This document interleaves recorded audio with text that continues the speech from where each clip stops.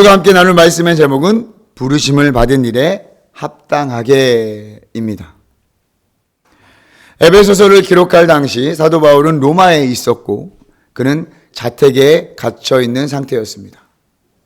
그는 그리스도 예수의 일로 이방인을 위해 갇혔다고 고백했습니다. 그러나 그는 갇힌 것을 억울해하거나 그 상황을 한탄해하지 않았습니다. 빌립보서에는 오히려 기뻐하라, 기뻐하라 라고 반복하고 있죠. 바울은 그 갇힌 것이 무엇 때문인지, 그리고 이 상황을 통해서 하나님께서 하시고자 하는 일이 무엇인지 기대하며 알았고, 또 그를 걱정하고 기도하는 동역자들에게 오히려 권면하며 축복하고 또 그들을 위해서 기도하고 부탁을 했습니다. 에베소 교인들에게도 마찬가지였습니다. 사도 바울이 특별하게 생각했던 에베소 교회를 향하여 그들의 신앙과 삶이 조금 더 즐겁도록, 하나님과 가까워지도록, 그리고 교회라는 놀라운 하나님 구원의 경륜에 대해서 더욱더 잘 알기를 바랬습니다. 그렇게 사도 바울은 복음, 하나님 구원의 경륜을 설명하고 그들을 향해 권면하고 있습니다. 사도 바울이 이렇게 권면하고 있습니다. 간절히 말이죠. 주 안에서 갇혀있지만 너희를 위하여 내가 권면합니다. 부르심을 받은 일에 합당하게 행하십시오. 1절에. 다시 말해 부르심을 받은 일에 걸맞게 행하십시오 라는 뜻입니다.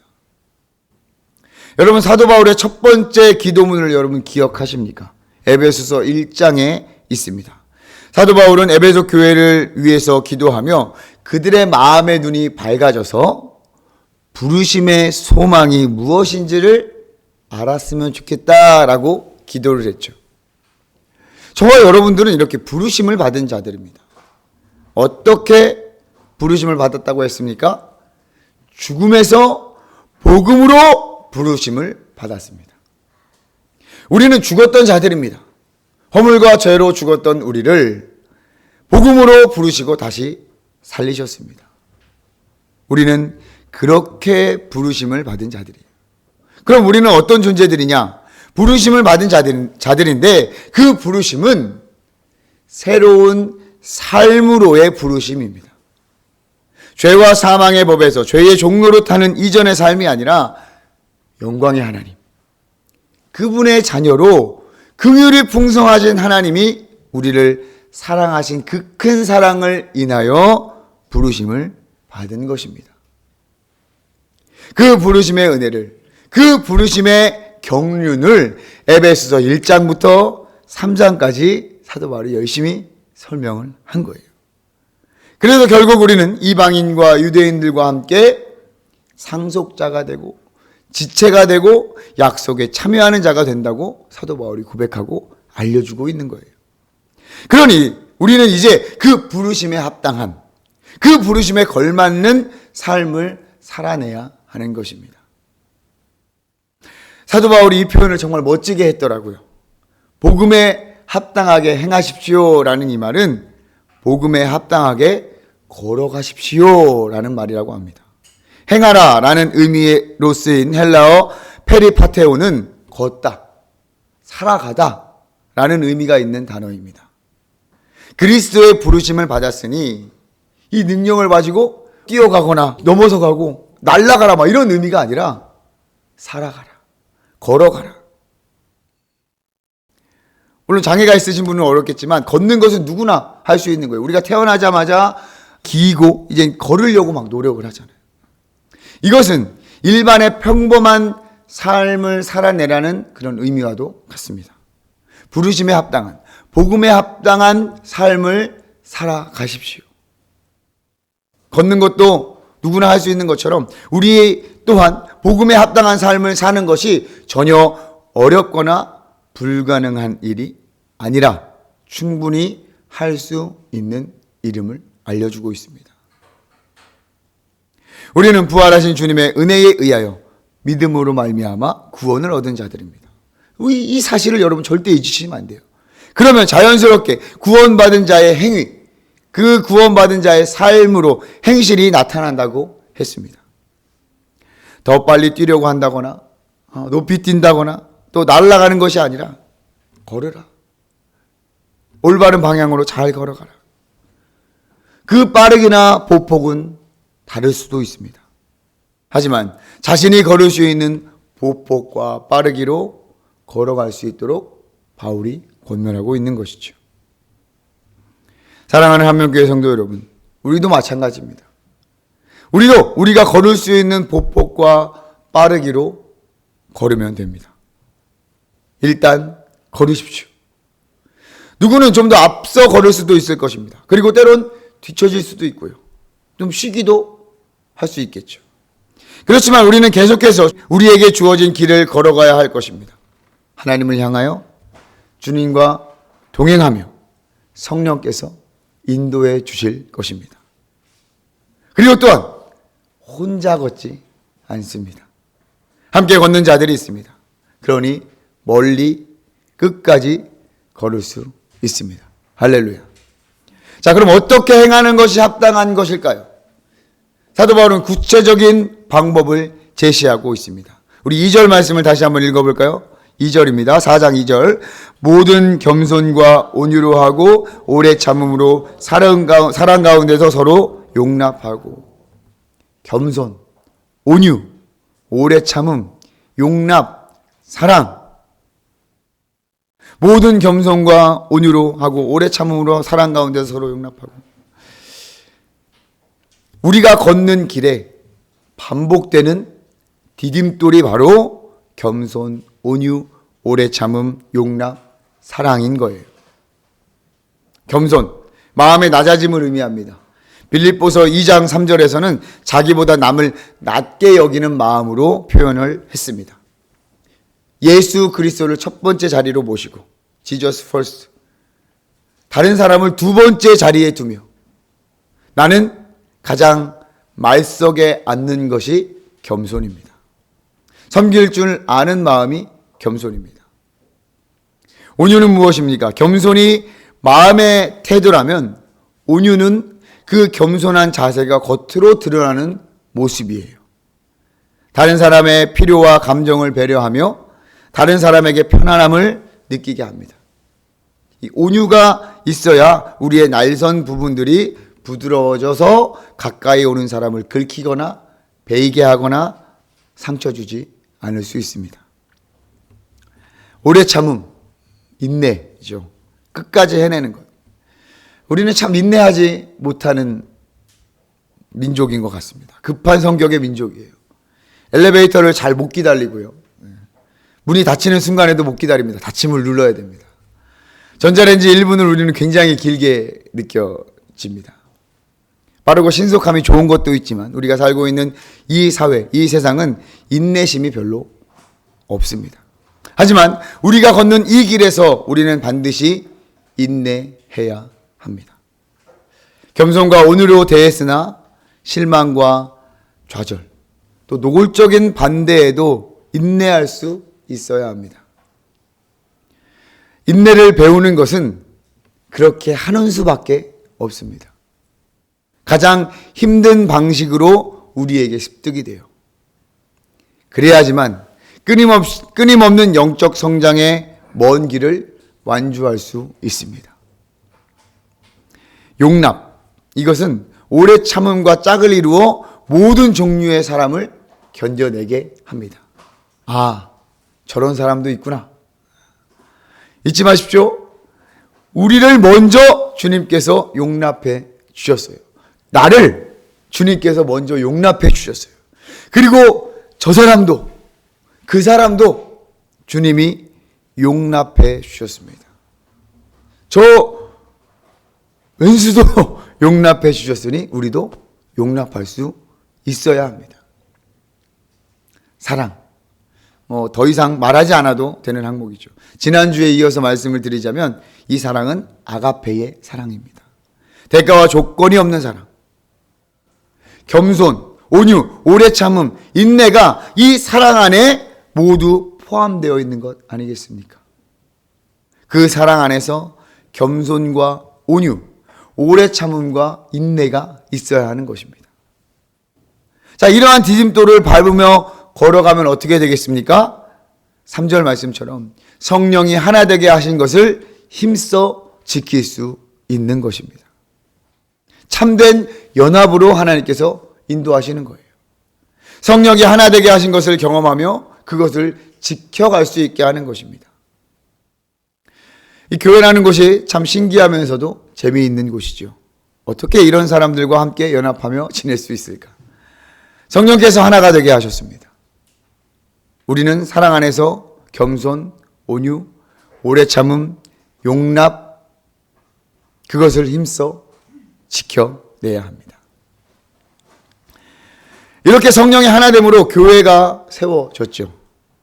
한 교회에는 한 몸, 한 성령, 부르심의 한 소망, 한 주, 한 믿음, 한 침례, 한 하나님. 한 하나님, 이 한 분이 계시기에 온전한 연합을 이룰 수 있는 것입니다. 이제 이방인이든 유대인이든 한 성령으로 부르심의 한 소망으로 한 몸을 이루게 하셨습니다. 하나의 믿음으로 오직 한 분 예수 그리스도를 주로 모시며 그 안에서 한 침례를 받아 한 하나님께로 나아가는 거예요. 자, 여기서 우리가 잊지 말아야 할 것은 한 믿음이 우리 가운데 있다는 것입니다. 우리는 한 믿음으로 연합되었음을 여러분 기억하십시오. 이것은 기독교의 기본 교리들을 말합니다. 교단이 다르고 또 신앙이 자라온 환경이 다를지라도 가장 기본이 되는 교리들은 같습니다. 목사와 교사의 사역을 한다면 반드시 이러한 것을 가르쳐야 합니다. 그리고 교회는 배우고 익혀야 합니다.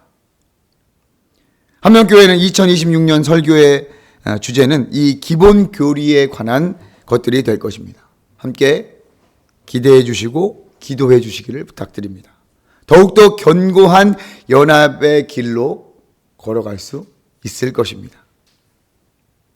자, 이렇게 교회는 한 몸이고 한 성령 안에서 한 소망의 부르심으로 한 주님을 한 믿음으로 따르고 한 침례를 받았습니다.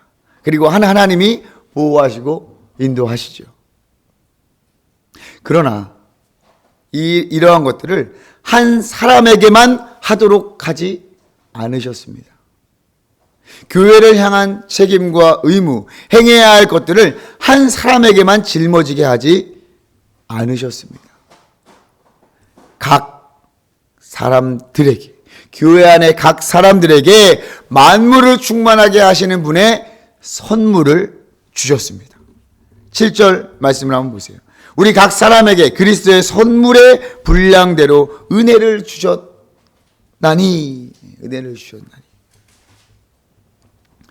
우리 하나님께서는 하늘 보좌를 버리시고 이 땅의 낮은 곳으로 내려오셨습니다. 그리고 십자가에서 죽으사 죽음의 깊은 곳으로까지 내려가셨습니다. 그리고 다시 부활하셨죠. 그리고 하늘로 오르셨습니다. 이는 만물을 충만하게 하시기 위함이었다고 사도 바울이 이야기하고 있습니다. 만물을 충만하게 하신 그분께서 우리에게 선물을 주셨습니다. 각 사람에게 주시는 은사, 은혜의 선물입니다. 은사란 각 성도가 그리스도의 몸 안에서 특정한 기능을 효과적이고 쉽게 수행할 수 있도록 하나님이 주신 능력이나 기술을 의미합니다. 분명한 것은 나로부터 얻어진 것이 아니에요. 내가 개발하고 발전시킨 게 아니에요. 하나님이 주신 거예요. 우리는 이 은사에 관해서 오해와 많은 기대, 필요 이상의 기대를 하고 있습니다만 분명한 것은 이 은사라는 것은 하나님께서 주신 이 은사는 개인을 위한 것이 아님을 여러분 확실히 아셔야 합니다. 은사를 주신 이유는 교회 공동체를 위함입니다. 공동체의 유익을 위해서 주셨습니다.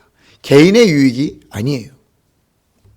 은사에 관해서 특별히 사도 바울의 서신, 로마서와 또 고린도 전서 등에 많이 등장을 하는데요. 에베소서에서 말하는 은사는 4가지 유형에 주목하고 있습니다.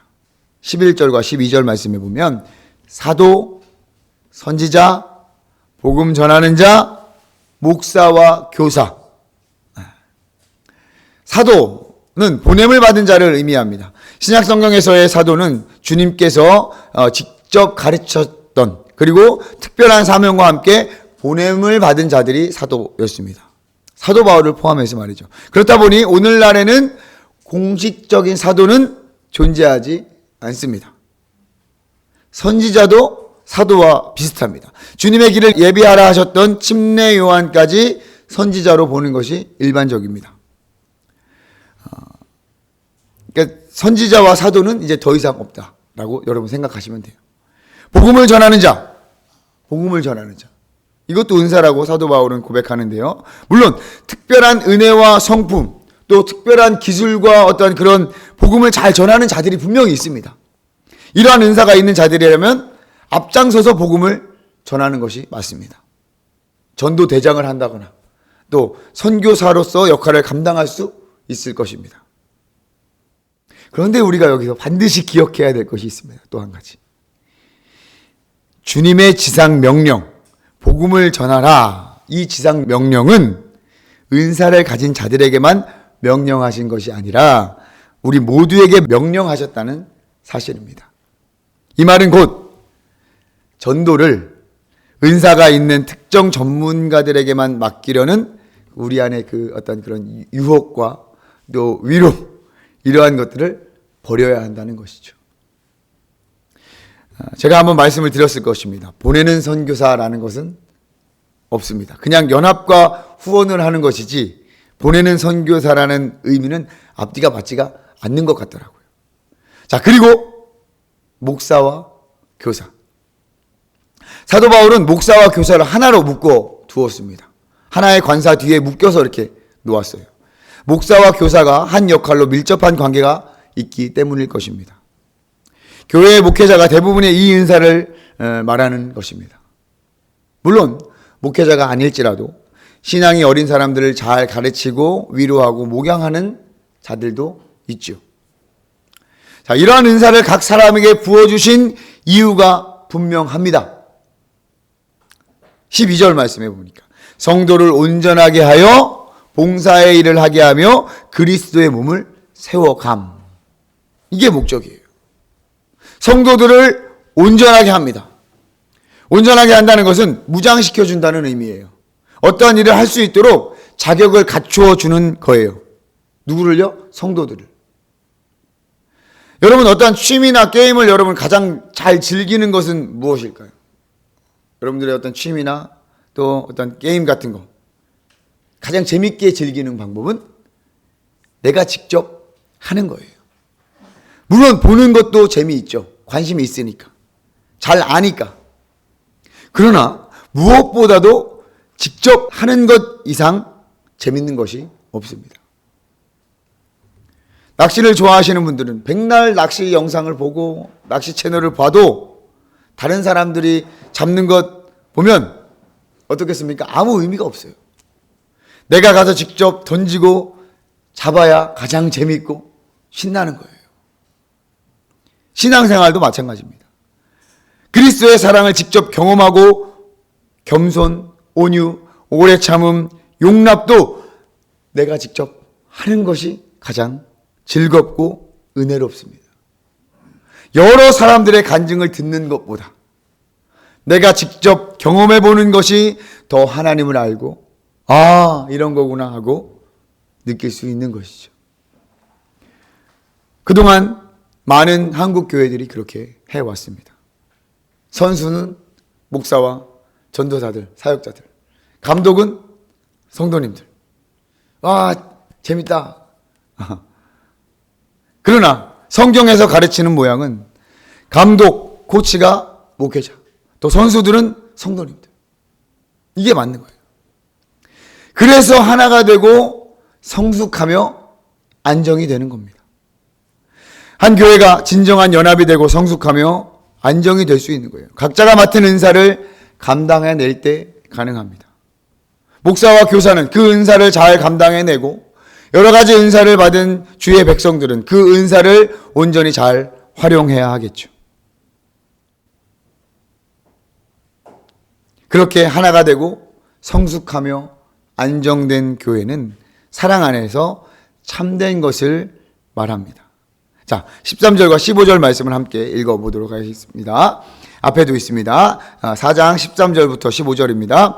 우리가 다 하나님의 아들을 믿는 것과 아는 일에 하나가 되어 온전한 사람을 이루어 그리스도의 장성한 분량이 충만한 데까지 이르리니 이는 우리가 이제부터 어린아이가 되지 아니하여 사람의 속임수와 간사한 유혹에 빠져 온갖 교훈의 풍조에 밀려 요동하지 않게 하려 함이라.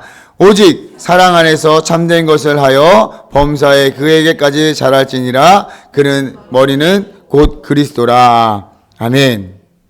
15절에 보면 참된 것을 하여 라는 다른 버전의 이 성경이나 원어를 보면 말이라는 글자가 빠졌어요. 오직 사랑 안에서 참된 것을 말하여. 이게 좀 더 맞는 표현입니다. 즉 목사와 교사들에게 은사를 준 것은 성도들이 봉사하여 그리스도의 몸을 세울 수 있도록 준비시키며 그로 인해 연합과 성숙한 지식과 또 안정을 이루며 사랑 안에서 진실한 일을 말하게 되는 거예요. 자, 그래서 최종 목적지는 무엇입니까? 그리스도의 몸을 자라게 하는 거예요.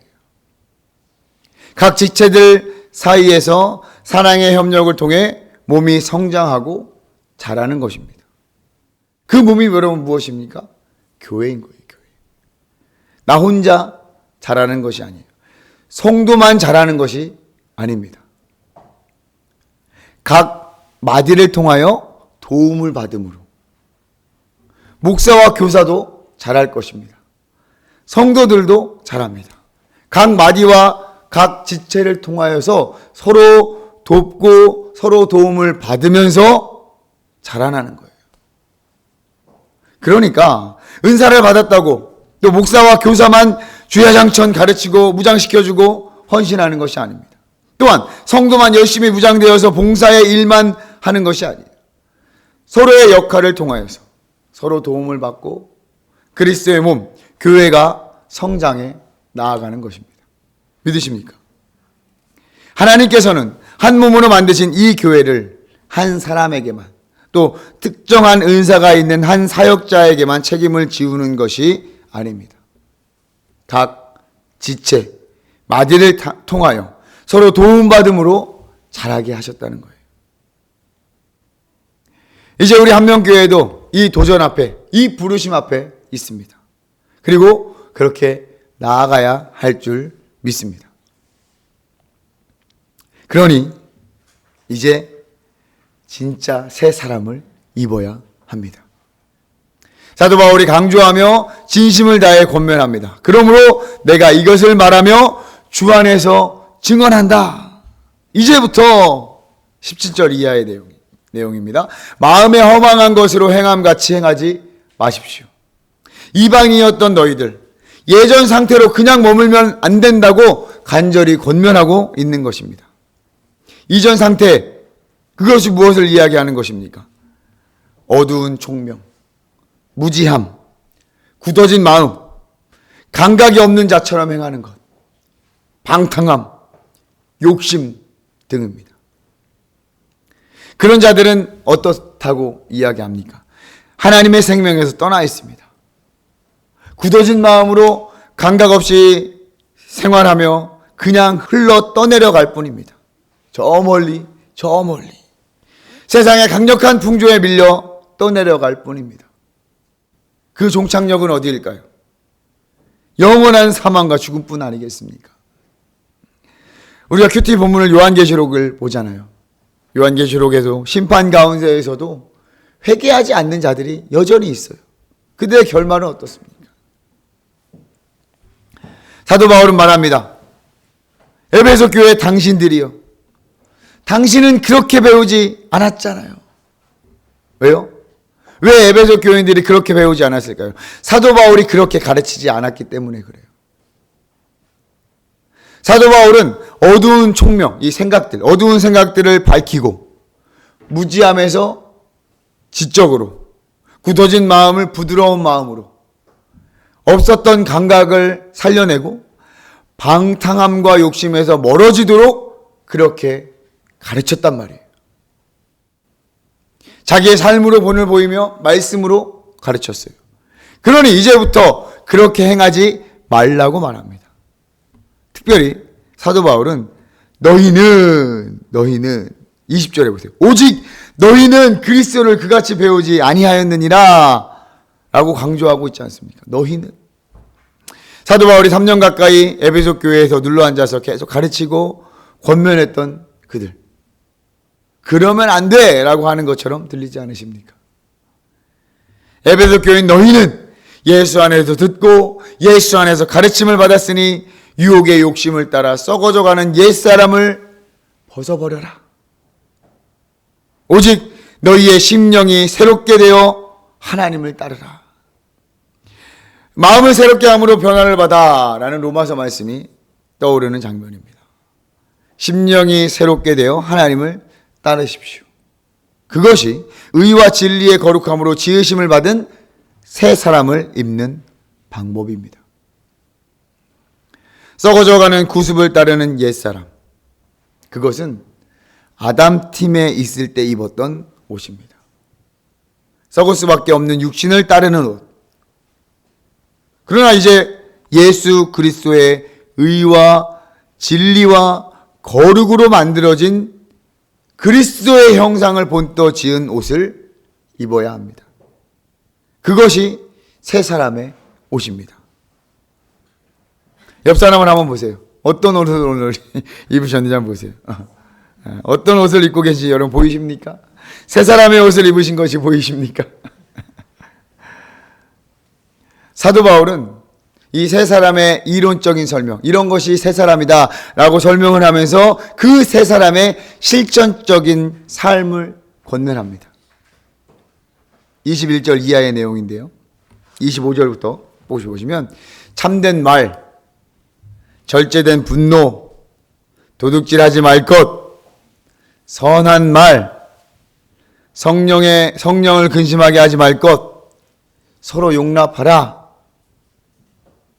이렇게 25절 이하부터 권면하고 있습니다.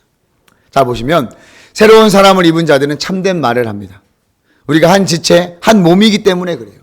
사랑 안에서 참된 말을 해야 합니다. 거짓과 속임, 이간하는 말을 해서는 안 되겠죠. 절제된 분노. 분을 내되 절제된 분노가 있어야 합니다. 화를 내지 않는 것은 불가능합니다. 하지만 마귀에게 틈을 주는 마귀에게 틈을 주는 분노는 연합을 깨뜨리기 십상입니다. 작은 틈만 보이면 마귀는 그 작은 틈으로 아주 작은 쐐기를 박아버려요. 그 작은 쐐기가 큰 돌덩이를 깨듯 절제되지 않은 분노와 화는 하나로 연합된 한 몸, 한 공동체를 깨뜨리기 충분합니다. 도둑질하지 말 것. 이전의 모습 가운데 여러분 도둑질이 있습니까? 어떠한 물건을 훔치는 물리적인 도둑질만을 이야기하는 것은 아닐 것입니다. 부지런함과 성실함, 또 맡은 바 임무를 회피하거나 교묘하게 속이는 것들도 도둑질 아닐까요? 자기 손으로 수고하여 선한 일을 해야 합니다. 직장에서도 맡은 바 최선을 다해야 하겠죠. 선한 말, 덕을 세우는 말, 듣는 자들에게 위로와 은혜를 끼치며 용납하고 사랑하게 됩니다. 말의 힘은 너무나도 여러분 잘 아시겠죠. 말 한마디에 천냥빚도 갚습니다. 반대로 말 한마디에 사람을 죽이기도 하죠. 말에 대한 성숙은 참 어려운 것 중에 하나입니다. 야고보 기자는 이 혀를 단련하기가 참 어렵다고도 이야기하죠. 그러나 해봐야 합니다. 선한 말을 해보도록 도우심을 구하기도 하고 노력하고 연습도 해야 합니다. 성령을 근심하게 하는 것. 이것은 구원의 확신을 말합니다. 성령을 근심하게 하지 말 것. 구원의 확신. 우리가 구원에 관한 확신과 믿음이 없다면 성령께서 가장 근심하실 것입니다. 로마서에서 우리가 좀 살펴봤잖아요. 우리가 죄인이었음에도 불구하고 우리를 먼저 사랑하신 그 사랑이 우리를 구원하셨고 지금도 그 사랑은 변함이 없습니다. 조건 없는 사랑이에요. 그 사랑이 지금도 우리와 저와 여러분들을 붙들고 있음을 확신하십시오. 서로 용납함. 31절과 21절 반복해서 말씀을 드리지만 주님이 우리를 용납해 주셨어요. 당신도 용납해 주셨습니다. 우리 모두가 주님께서 용납해 주신 사람들입니다. 그러니 우리가 서로 용납하지 못할 이유가 무엇이겠습니까? 서로 용납하시고 용납해 줄 수 있어야 하는 것입니다. 이것이 부르심 받은 일에 합당히 행하는 것입니다. 사도 바울의 권면이에요. 이제 우리의 삶이에요. 진짜 삶의 신앙입니다. 삶의 복음입니다.